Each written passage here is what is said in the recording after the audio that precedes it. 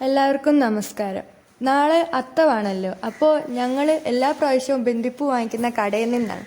അപ്പോൾ ഈ പ്രാവശ്യം വെറൈറ്റിക്കായിട്ട് ഞാനും അച്ഛനും അമ്മയും അർജുനും കൂടി വിചാരിച്ചു ബന്ദിപ്പൂ വീട്ടിൽ നട്ടാലോ എന്ന്.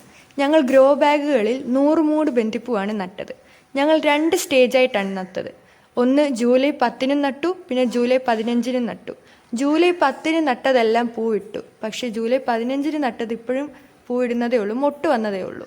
തിരുവോണം ആകുമ്പോഴത്തേക്കെല്ലാം മൊട്ടിടുമായിരിക്കും. മാത്രമല്ല മഴ ആയതുകൊണ്ടാണ് ഒന്നും മൊട്ടിടാഞ്ഞത്. അപ്പോൾ തിരുവോണത്തിനുള്ള പൂക്കളെല്ലാം മൊട്ടിടുമ്പോഴത്തേക്ക് ഞങ്ങൾ നിങ്ങളെ ഒരു വീഡിയോയിലൂടെ അത് കാണിക്കാം.